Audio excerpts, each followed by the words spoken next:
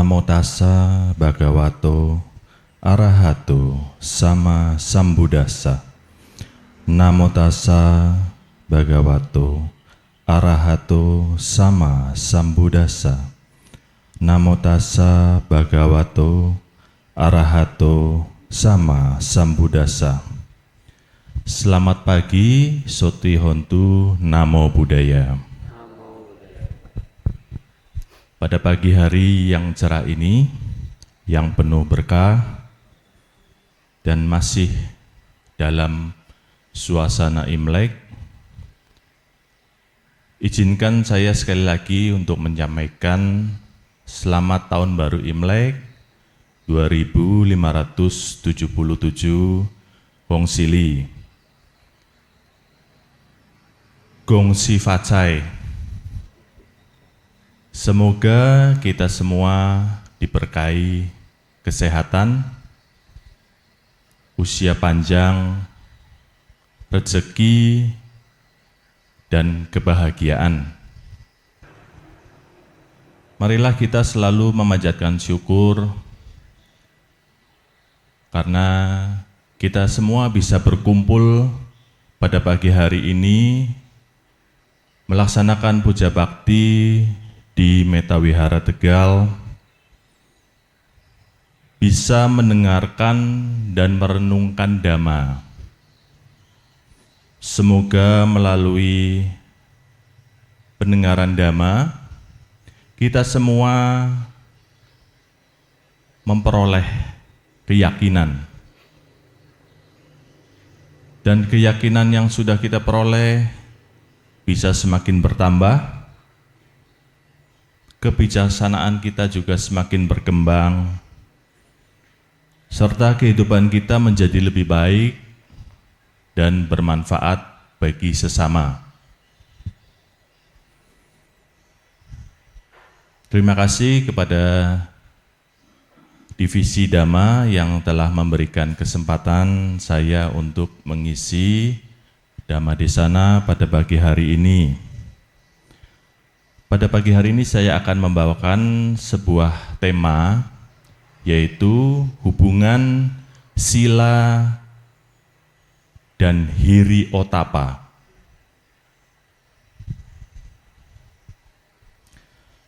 Sebagaimana yang kita tahu bersama dalam Dhammapada 182. Di sini disebutkan, disampaikan ya, sungguh sulit untuk dapat dilahirkan sebagai manusia. Sungguh sulit kehidupan manusia. Sungguh sulit untuk dapat mendengarkan ajaran Dhamma. Begitu pula sungguh sulit munculnya seorang Buddha.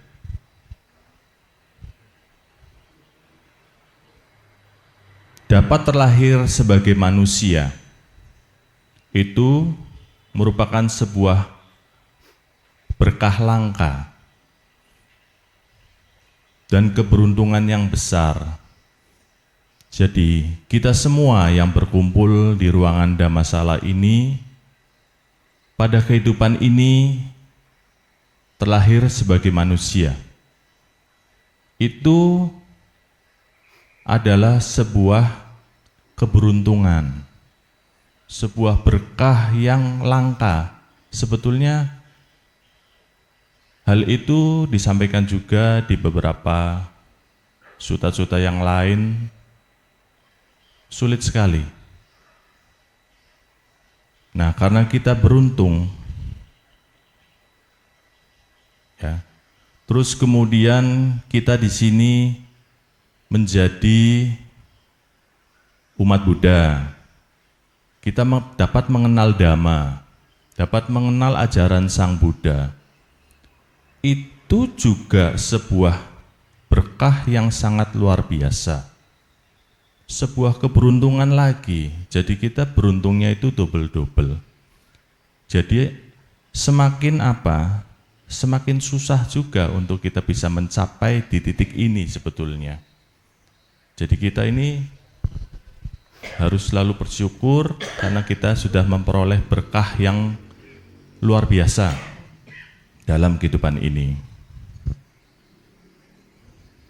Kenapa? Karena hanya di alam manusia juga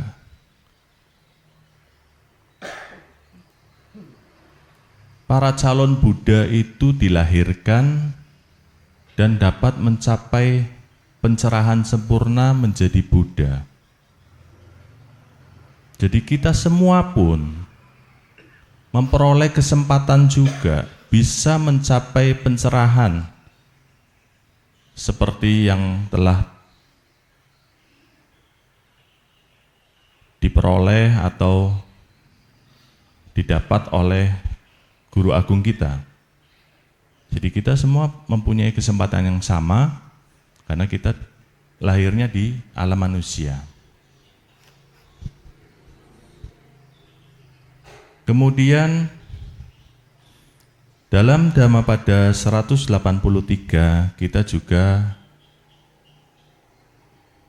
mengetahui bahwa tidak melakukan segala kejahatan, senantiasa mengembangkan kebajikan dan membersihkan batin. Inilah ajaran para Buddha. Kita bisa menyederhanakannya dalam istilah sila, dana, samadhi. Jadi yang pertama tadi, tidak melakukan segala bentuk kejahatan, senantiasa mengembangkan kebajikan, dan yang ketiga adalah membersihkan batin. Jadi ini adalah yang harus kita selalu lakukan.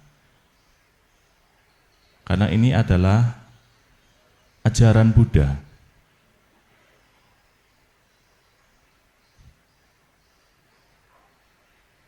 Pada poin yang pertama, tidak melakukan segala bentuk kejahatan atau tadi bisa disebut sebagai sila.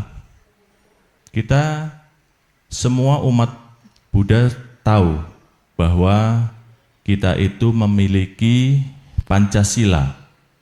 Jadi 5 sila.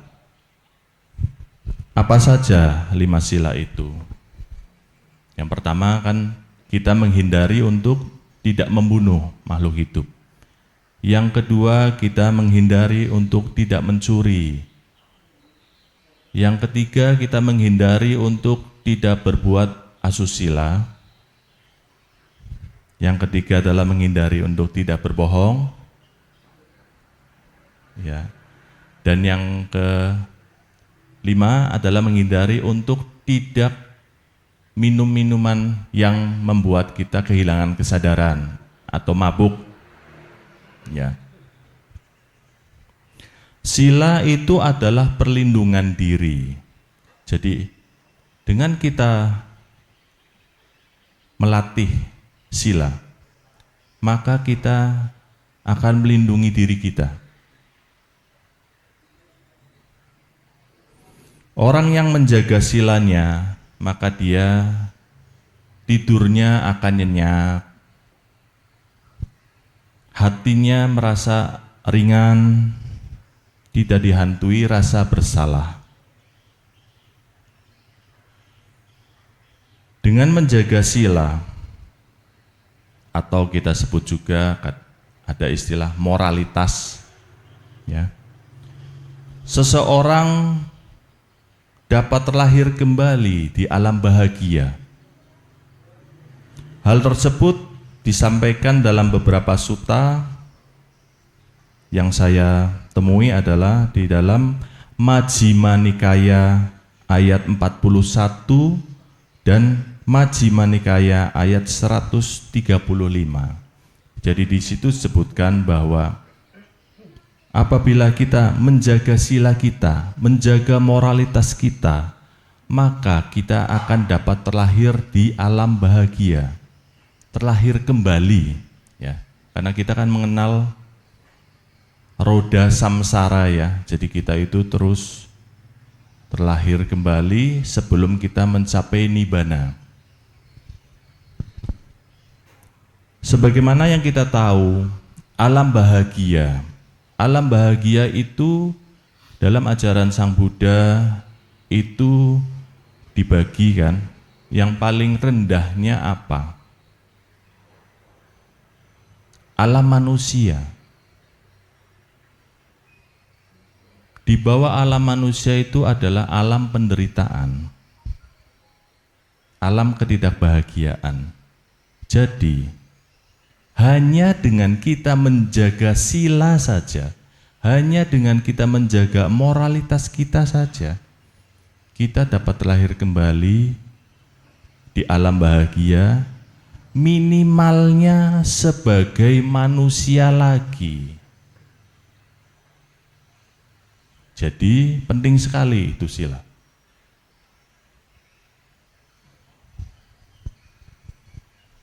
Kemudian muncul pertanyaan,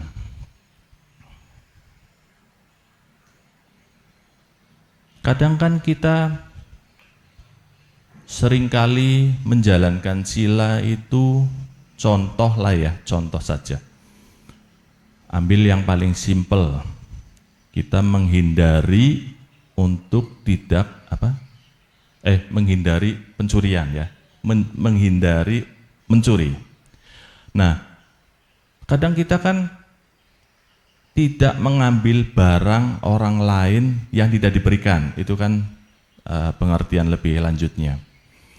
Kadang kita melihat orang tidak melakukan itu karena apa? Karena adanya pengawasan. Ada kamera CCTV yang mengawasi. Maka kemudian banyak orang yang saya nggak berani mencuri lah karena nanti ketahuan. Karena nanti terekam di dalam kamera CCTV. Tapi di tempat yang tidak ada pengawasan, tidak ada kamera, tidak ada CCTV, maka pencurian itu dengan sangat mudah terjadi. Jadi yang muncul pertanyaannya adalah, apa yang membuat seseorang itu mampu menjaga sila meskipun tidak ada pengawasan atau tidak ada yang mengawasi? Karena kita di sini umat Buddha semua paham dan sudah tahu tentang konsep ketuhanan kita kan. Mungkin kalau di sebelah itu ada sebuah sosok yang selalu mengawasi kehidupan kita. Tapi di Buddha tidak ada yang mengawasi kita. Tidak ada sosok yang selalu melihat kehidupan kita itu seperti apa. Ya. Jadi itu poinnya di situ. Bagaimana kita bisa menjaga sila sementara tidak ada yang mengawasi. Nah, disinilah peran dari hiri dan otapa.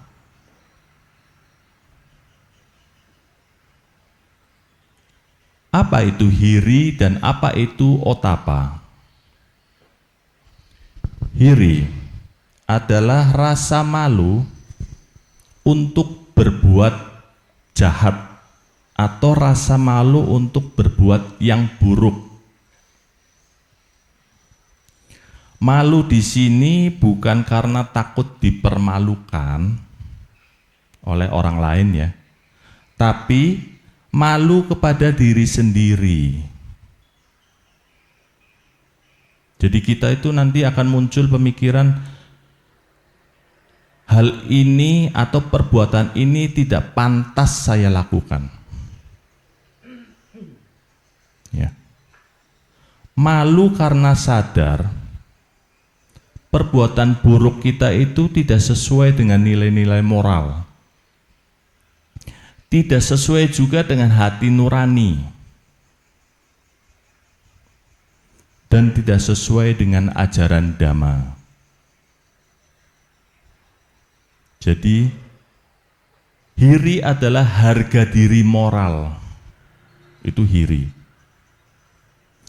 Orang yang memiliki hiri akan berpikir,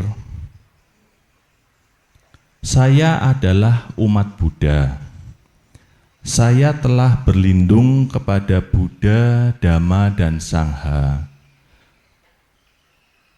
Maka saya tidak pantas untuk berbohong atau menipu. Paham ya? Jadi itu rentetan pola pikir kita. Hiri itu adalah suara hati sebetulnya. Kita semua itu punya hati nurani. Pada saat kita akan melakukan sebuah perbuatan yang buruk, sebetulnya hati kita itu mengingatkan kita, ngomongi kita sebetulnya, atau memberikan pertanyaan, apakah benar kamu mau melakukan ini? Apakah yang akan kamu lakukan itu hal yang baik? Bukankah itu sebuah hal yang buruk? Sebetulnya pada saat kita melakukan sebuah hal yang buruk, di saat kita sendirian sekalipun, tidak ada orang lain lagi. Kadang kan kita berpikir, nggak ada yang tahu. Jadi tak lakuin aja kan. Sebetulnya ada yang tahu, yaitu diri sendiri. Diri sendiri itu tahu. Jadi jangan kita berpikir bahwa tidak ada yang tahu pada saat kita melakukan sebuah hal yang buruk. Diri kita itu tahu loh. Ya. Hiri itu biasanya adalah rasa malu yang melekat pada identitas diri kita. Bisa mungkin keturunan ya. Saya ambil contoh satu keturunan. Kadang kita misalnya, contohlah, bagi orang-orang misalnya pemuda-pemudinya misalnya mau ikut mabok-mabokan misalnya, ada yang ngajakin mabok-mabokan. Kemudian kita berpikir, karena munculnya hiri, itu kita mikirnya langsung, aku kan anaknya Bapak A misalnya gitu, yang sudah istilahnya punya nama baik, terkenal di masyarakat, orangnya baik, tidak neko-neko, selalu berdana kepada masyarakat sekitar. Janganlah saya ikut-ikutan mabuk, karena akan merusak nama baik orang tua saya. Ya, jadi itu malu yang hubungannya dengan keturunan. Ada juga yang misalnya kaitannya dengan agama. Pada saat kita akan berbuat hal yang buruk, kita juga muncul hiri kita, kadang juga, masa saya umat Buddha melakukan hal seperti itu? Enggak. Kalau umat Buddha kan tidak melakukan pembunuhan, jadi saya juga tidak mau merusak nama baik agama saya. Agama Buddha kan mengajarkan untuk tidak berbohong, tidak menipu. Kalau saya melakukan ini, maka saya malu sebagai umat Buddha, karena saya sudah namanya merusak nama baik agama saya. atau mungkin yang punya jabatan. Saya seorang pimpinan sebuah perusahaan, atau mungkin saya seorang pimpinan di sebuah daerah, menjabat, kemudian melakukan hal yang tidak baik. Pada saat dia akan melakukan, kalau muncul hirinya, maka dia akan berpikir, saya kan sudah dipilih ya oleh rakyat. Masa saya melakukan sebuah tindakan yang merugikan rakyat? Malu saya. Harusnya saya melakukan sebuah perbuatan yang justru membahagiakan rakyat, bukan malah merugikan atau menyengsarakan. Jadi itu adalah hiri, rasa malu. Kemudian yang kedua tadi otapa. Apa itu otapa? Otapa adalah rasa takut terhadap akibat dari perbuatan jahat atau perbuatan buruk. Kita semua sudah tahu bahwa di dalam ajaran Sang Buddha, setiap perbuatan yang buruk akan mengakibatkan buah karma buruk juga. Untuk siapa? Untuk diri kita sendiri, bukan untuk orang lain. Kita melakukan sebuah perbuatan buruk akan melahirkan buah karma buruk untuk diri kita sendiri. Jadi, seharusnya kita itu juga memiliki rasa takut. Karena karma itu nyata. Nah, kalau kita nerima karma buruk kan, kita itu pasti kan merasa tidak bahagia, menderita. Jadi apakah kita mau melakukan sebuah perbuatan buruk yang sudah pasti hasilnya karma buruknya kena badan kita sendiri, ya. Tapi di sini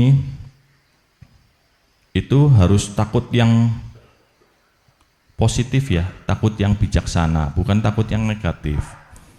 Takut terhadap akibat karma buruk, takut terhadap penderitaan yang mungkin timbul dari karma buruk tadi, dan takut juga terhadap rusaknya hubungan antar manusia, dan takut juga dengan hilangnya kepercayaan orang lain terhadap kita. Jadi kita harus selalu mengembangkan rasa takut, tapi rasa takut yang bijak. Karena rasa takut itu kadang kan identiknya dengan hal yang negatif, tapi ini adalah rasa takut yang positif ya. Di dalam Dhammapada dijelaskan bahwa orang bijaksana itu menjaga diri seperti kota yang dijaga dengan baik. Jadi kita itu punya benteng yang baik. Hiri itu adalah penjaga yang ada di dalam, dan otapa adalah penjaga yang di gerbang luar. Jadi itu perumpamaannya seperti itu. Terus disebutkan juga oleh Sang Buddha, hiri dan otapa adalah penjaga dunia.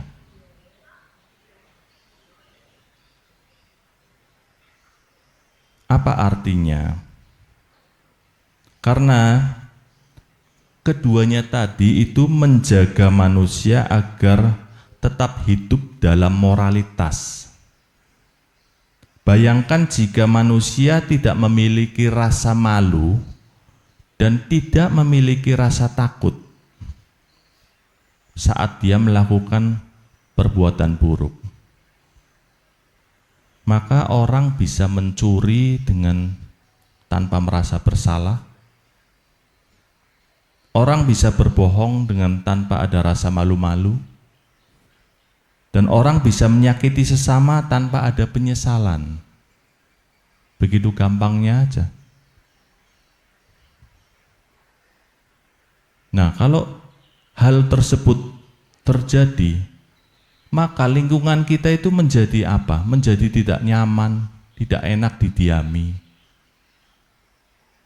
Tapi kalau misalnya hiri dan otapannya bisa dilakukan dengan baik, semua orang yang ada di sebuah lingkungan melakukannya semua, maka lingkungan tersebut menjadi lingkungan yang nyaman, lingkungan yang tertib, dan juga harmonis satu sama lain.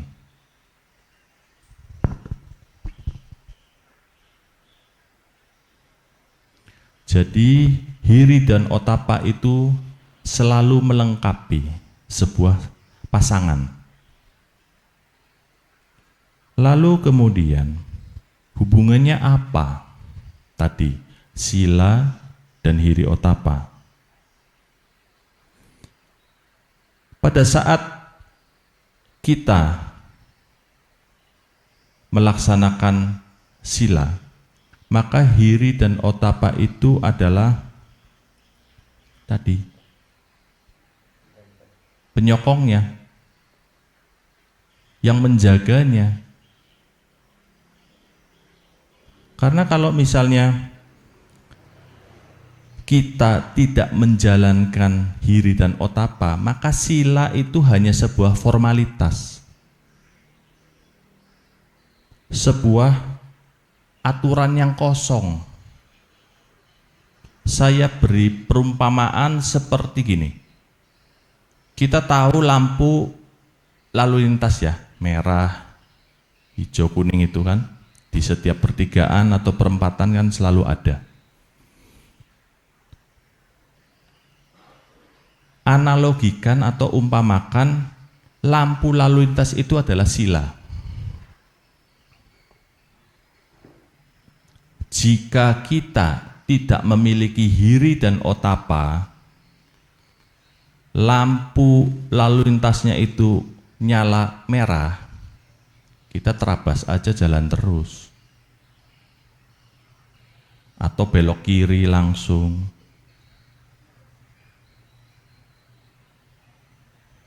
Karena kita tidak punya hiri dan otapa. Contohnya itu yang saya lihat di Kota Tegal itu, lampu merah di pertigaan di dealer mobil Wuling dari arah selatan. Di situ ada lampu merah ditulis lurus menyesuaikan lampu lalu lintas. Nyala merah, motor jalan terus, mobil jalan terus. Lah ini gimana? Fungsinya apa itu lampu merah itu? Ya kan? Itu adalah sebuah contoh. Dimana kalau hiri dan otapanya tidak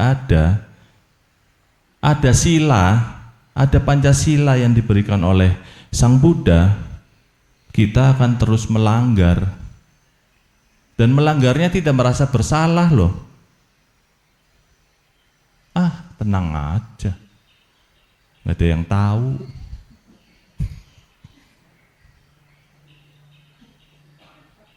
Ada yang nangkep.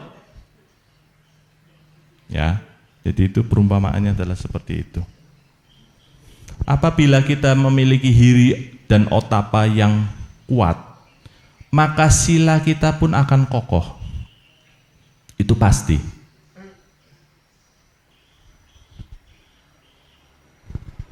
Bulan lalu saya bersama Vin berkesempatan untuk pergi ke Jepang. Jadi ini saya sharing sedikit perjalanan kami. Karena perjalanan kami ini menemui sebuah hal yang berkaitan ini dengan hiri dan otapa pada masyarakat Jepang. Ya. Di sana itu kami berdua menemui banyak sekali tokoh-tokoh yang berada di pinggir jalan menggelar dagangannya sampai ke luar toko. Jadi itu ada meja-mejanya, terus barang-barangnya dipajang semua di depan. Terus kemudian yang jaga toko itu cuma satu orang, dan itu ibu-ibu tua. Beliau duduknya itu di dalam tokonya. Ya. Tidak ada kamera, tidak ada CCTV. Jadi, yang mau beli misalnya tertarik dengan melihat barang-barang yang di depan, di dalam juga banyak barang-barangnya, tapi di luar juga tidak kalah banyak yang dipajang. Jadi kalau ada orang misalnya lihat sambil jalan, oh ini bagus ya, terus kan harganya semua sudah dipajang juga, oh cocok nih harganya, ya udah dia ambil, dia akan masuk ke dalam, menemui penjaganya, menemui ibu-ibu tadi, lalu bayar. Dan hal itu terjadi setiap hari, setiap saat. Tidak ada yang namanya barang-barang yang di depan itu dicuri, diambil orang, dijarah, ataupun tidak ada. Coba bayangkan, kalau toko itu bukannya di tempat lain, mungkin di Indonesia, itu seperti itu. Coba Anda membayangkan sendiri, wis, gitu aja. Saya enggak mau berkomentar. Ya, jadi saya melihat, wah, masyarakat Jepang itu sampai segitunya ya. Jadi mereka itu jujur, iya betul jujur, tapi itu kan bukan sekedar hanya jujur gitu loh. Benar-benar apa ya? Menjaga dirinya loh. Untuk apa? Tidak melakukan hal-hal yang tidak baik. Terus kemudian kami pun berkesempatan pada saat kami naik kereta api, ya di sana kereta apinya kan benar-benar umum banget, subway seperti itu. Kami sempat bertemu seorang wisatawan yang kehilangan atau ketinggalan tasnya di dalam kereta. Karena di sana itu kereta itu sangat cepat dan on time ya. Jadi kadang berhenti hanya 5 detik. Set, buka pintu, tutup lagi, jalan keretanya. Jadi kalau yang nggak siap-siap dulu sebelum keretanya berhenti, barang-barangnya bawaannya banyak, repot, macam-macam gitu, pasti ada kemungkinan untuk ketinggalan. Nah itu terjadi pada salah satu wisatawan, dia ketinggalan itu tasnya. Nah sedangkan tas itu isinya uang ya ada, ya handphone juga disimpan situ, dan yang paling fatal paspor juga di dalam situ. Artinya, wis, kalau di luar negeri itu paspor itu nyawa. Nyawa kedua lah. Kalau nyawa yang ini kan nyawa nempel di badan, itu nyawa kedua. Jadi dia ibarat kayak kehilangan nyawa gitu loh. Wah, paniknya luar biasa kan. Kemudian apa yang dia lakukan? Ya ayo kita pergi ke apa istilahnya di setiap stasiun itu ada kantor ya. Kantor yang ada penjaganya, dia lapor ke situ. Dia lapor, menyatakan bahwa saya ketinggalan atau kehilangan tas saya. Tadi di kereta, kereta yang tadi barusan ini gini-gini dia jelasin kan. Terus kemudian, oh ya tunggu sebentar ya. Nanti Bapak duduk dulu, nanti atau Ibu duduk dulu, terus kemudian nanti akan kita kasih tahu. Gak lama kemudian ada informasi masuk. Oh, tas Anda ketemu. Ada yang mengembalikan di kantor stasiun selanjutnya. Kemudian dia bergegas ke sana, diantar oleh petugas, nyampe di stasiun yang tadi dituju, menemui petugas yang ada di sana, dan kemudian tasnya itu diberikan. Ini ya Pak atau Ibu, tas Anda? Iya betul. Dia periksa kan.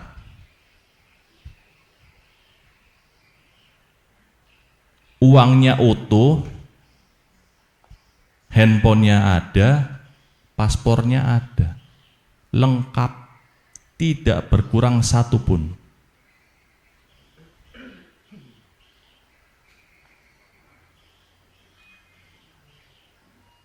Kalau makanya dari hal itulah kami berpikir bahwa masyarakat Jepang itu orang-orangnya berarti menjalankan hiri dan otapa yang sangat kuat ya. Kalau misalnya tidak mempunyai hiri dan otapa, tas tadi itu tidak akan kembali. Amblas. Ya, betul enggak? Amblas, istilahnya amblas. Menghilang, menguap, lenyap. Jadi, di sana itu hiri dan otapanya itu luar biasa ya, kuat sekali. Padahal loh, mereka itu kebanyakan itu tidak mengenal atau tidak mengaku beragama Buddha. Kebanyakan tadi ya Pak, Shinto ya. Ya, agamanya itu mereka Shinto kebanyakan. Mereka bukan Buddhis seperti kayak kita. Tapi mereka itu adalah contoh nyata bahwa sebuah hiri dan otapa itu menyatu dalam budaya, menyatu dalam kehidupan sehari-hari. Dan itu ternyata apa? Diajarkan dari kecil, hiri dan otapanya. Di sana ada sebuah konsep yang sangat mirip dengan hiri dan otapa, namanya istilahnya itu haji. Jadi setiap anak kecil, mulai dari anak kecil pokoknya, itu diberi pengertian itu haji. Artinya apa? Jangan kamu mempermalukan mukamu sendiri di hadapan orang lain. Arti lebih luasnya adalah janganlah kamu melakukan hal-hal yang tidak baik dan kemudian orang lain melihatmu dan menilai kamu itu tidak baik sehingga kamu mempermalukan dirimu sendiri. Itu kan konsepnya mirip banget kan dengan yang namanya tadi hiri.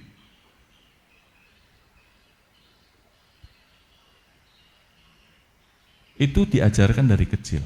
Makanya apa? Mereka budayanya tadi, jangan kamu ngambil barang orang, jangan kamu misalnya di transportasi umum, di dalam kereta, kamu nyetel HP keras-keras, nonton YouTube sampai satu gerbong denger semua, padahal yang nonton ya cuman kamu, gitu, jangan gitu loh.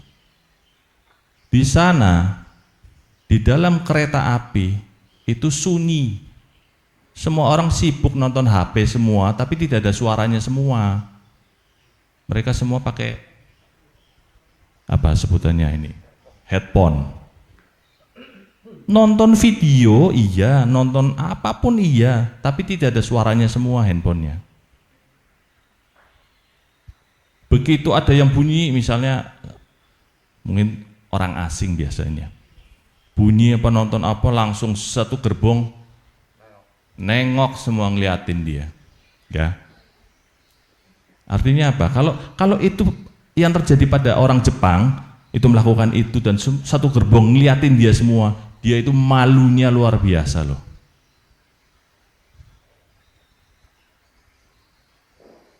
Tapi mungkin bagi kita yang tidak diajari seperti itu, atau mungkin hirinya belum kuat, cuek aja, apa lu gitu kan. Sebenarnya kan itu kan sebuah hal yang mempermalukan diri kita sendiri sebetulnya. Di saat orang lain tertib, kita semrawut, ya kan. Ngantri juga, kalau masyarakat Jepang ngantri yang ngantri. Saya pernah kemarin ngantri di depan, kita nyebutnya apa ya, kalau rumah makan kegedean, mungkin warung ya, warung ramen. Ini terkenal sekali loh di kota ini, ya wis lah kita datengin, penasaran sih kayak apa warung ramen. Sampai sana, ibaratnya kayak saya jalan kaki dari situ, apa ya namanya, jalan apa, proklamasi ya, proklamasi, mungkin yang namanya si warungnya itu ada di sini, di ramen sini. Set, nengok, orang ngapain itu berdiri semua, berjejer dari ujung sana sampai ujung sana. Terus setelah lihat lagi, ngantri ternyata mau masuk itu warung. Waduh, ini nggak ada yang lebih cepat nih, cara apa nih, bypass apa gimana nih? Ternyata nggak ada. Jadi ngantri yang ngantri gitu loh. Tidak ada yang namanya serobot gitu loh. Misalnya ada yang datang ucuk datang terus kayak ngelewatin gitu kan, semua orang ngeliatin. Ya, nyampe sana di depan pintu warungnya dia tengok, berarti kan ini orang berarti nggak mau ngantri nih, ya kan? Kita semua ngeliatin gitu kan. Tapi setelah dia lihat, ya semuanya ngeliatin, gak jadi dia pergi lagi. Jadi itu biasanya yang melakukan itu bukan orang Jepang. Kalau orang Jepang, dia udah lihat, oh ngantri, ya udah ngantri gitu loh, berdiri, itu benar-benar sejam loh, sejam, bener. Di pinggir jalan kayak gini nih, ini jalan dari sini sampai sana, kayak gitu, ya. Ngantri yang ngantri gitu loh. Jadi makanya apa? Dari hal-hal seperti ini, ya, kita bisa apa? Ambil kesimpulan, kita refleksikan dengan Dhamma. Jika tadi masalah tas yang ketinggalan, kalau tidak punya hiri, ya, tas itu akan lenyap. Kalau kita punya hiri, maka kita akan berpikir, ini tas bukan punya saya, ya kan? Kalau saya ambil berarti saya membuat malu diri saya sendiri, dan saya mengotori batin saya sendiri. Bukankah kita semua itu bertujuan nanti bisa mencapai pencerahan dan bisa mencapai nibbana? Kalau kita masih mengotori batin-batin kita dengan tindakan-tindakan yang buruk, maka kita nggak akan bisa mencapai sana. Sedangkan tujuan kita semua kan mengikuti jalan Sang Buddha. Terus kemudian apabila kita mempunyai otapa, maka kita akan berpikir juga bahwa kalau saya ngambil barang milik orang lain, itu kan pasti akan memberikan karma buruk, buah karma buruk buat kita sendiri. Dan juga apa? Akan menyengsarakan orang lain. Yang punya tas ini akan menderita, berarti kita membuat orang lain, makhluk lain itu menderita. Jadi tambah lagi buah karma buruk yang kita tanam.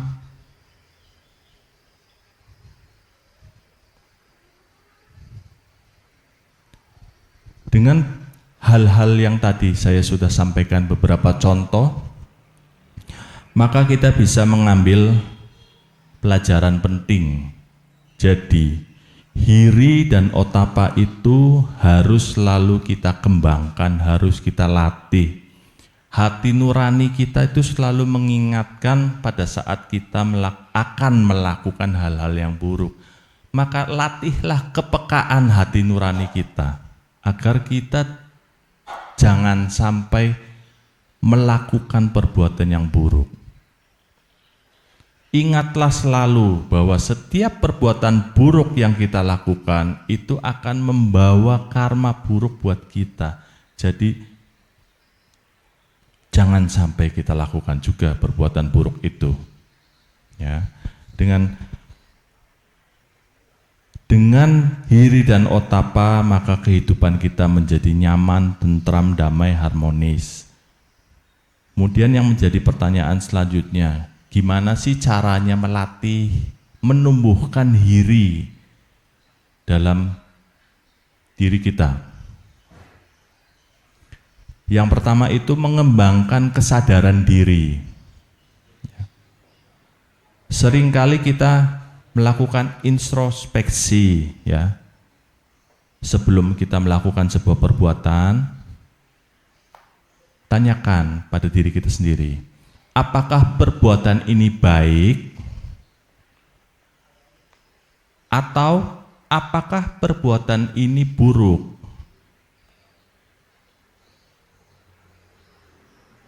Terus kemudian apakah perbuatan ini bermanfaat atau bahkan merugikan orang lain? Ya, dari dalam diri kita sendiri itu selalu kembangkanlah kesadaran itu. Kemudian yang kedua, kita harus mengingat nilai moral dan dhamma. Kita sering mendengarkan dhamma, ya, kita sering membaca ajaran Sang Buddha, sehingga kita menjadi lebih peka lagi terhadap apa itu kebaikan. Terus yang ketiga, kita banyak-banyaklah bergaul dan menghormati orang-orang bijaksana. Dari mereka kita akan banyak belajar, dan dengan kita mengenal orang-orang bijaksana tersebut, mempunyai hubungan yang baik, maka pada saat kita akan melakukan perbuatan buruk, kita akan muncul perasaan, lah malulah, masa saya udah berhubungan baik, berkenalan dengan orang bijaksanawan tadi, saya malah bertentangan di perbuatannya. Kemudian bagaimana cara menumbuhkan otapa? Selalu kita ingat akan namanya hukum karma.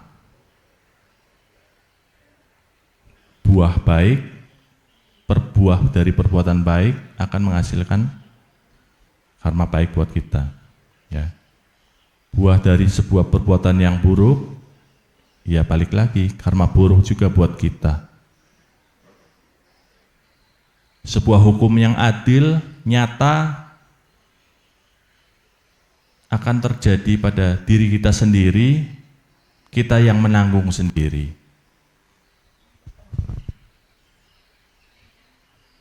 Kemudian banyak-banyaklah belajar dari pengalaman. Pengalaman itu bisa dari pengalaman diri sendiri, maupun juga pengalamannya orang lain, atau cerita-cerita seperti yang disampaikan di dalam Dhammadesana ini. Jadi itu juga menjadi sebuah pengalaman. Jadi, oh ternyata tadi masyarakat Jepang mempunyai hiri dan otapa yang kuat, sehingga kehidupan di sana itu enak, nyaman, tentrem, damai.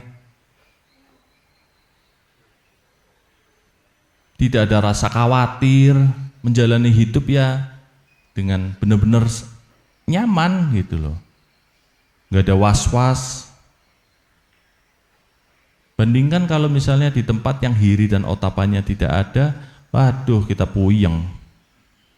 Naruh HP sebentar hilang. Ya, itu lagi terjadi di Eropa.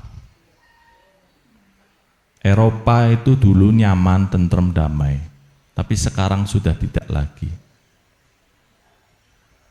Banyak pendatang-pendatang yang membuat kacau, ya karena tadi mereka tidak mempunyai hiri dan otapa. Ngerampok itu terang-terangan, nodong orang itu terang-terangan. Kalau ngutil udah biasa, ngutil tahu ya ngutil ya, ngutil. Ini bahasa nggak tahu ini bahasa apa, Indonesia atau bahasa Jawa ini ngutil ya, nyopet ya. Kalau bahasa Indonesia itu nyopet.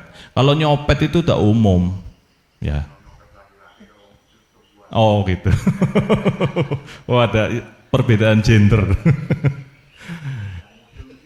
Oh gitu ya Pak. Iya, ini Pak Indra ini pengetahuannya luas ini. Nanti kapan-kapan bolehlah Pak berbagi ilmu sharing Pak di sini, enggak apa-apa. Ya. Jadi kalau kita banyak kan nonton berita-beritanya ya, mungkin seliwer-seliwer di mana, TikTok ada, Instagram ada, Facebook ada, wis berita TV ya ada, wis pokoknya kayak kemarin yang terjadi di mana Inggris juga ada rampok toko emas. Itu terang-terangan, siang hari bolong, di dalamnya itu ada penjaganya, tokonya buka, di dalamnya ada penjaganya, tapi terang-terangan, bener-bener kacanya dipecahin dari luar, diambil barang-barang display yang ada di depan itu terang-terangan, udah tidak ada hiri dan otapa lagi, kacau seperti kata Willy. Ya. Bayangkan kalau kita tinggal di daerah seperti itu, di lingkungan yang seperti itu, bagaimana perasaan kita? Sangat tidak nyaman. Oleh karena itu, marilah kita semua sebagai umat Buddhis yang sudah diberi ajaran Dhamma oleh guru agung kita semua, Sang Buddha, kita itu diberi ini loh, hiri dan otapa.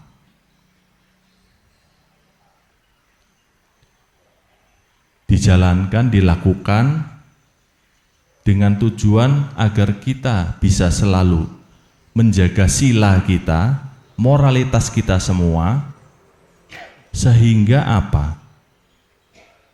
Minimalnya di kelahiran kembali selanjutnya kita dapat terlahir lagi sebagai manusia. Jadi kita bisa mempunyai kesempatan lagi untuk bisa mengenal Dhamma. Dengan kita sebagai manusia, kita juga bisa memiliki kesempatan lagi untuk berbuat kebajikan. Dengan sebagai manusia lagi kita bisa menuju kepada pencerahan dan nibbana.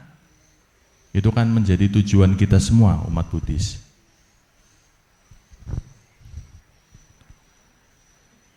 Sekali lagi,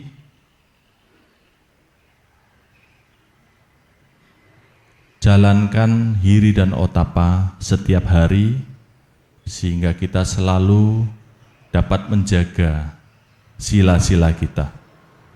Sabe sata bawantu sukitata, semoga semua makhluk hidup berbahagia. Namo Buddhaya.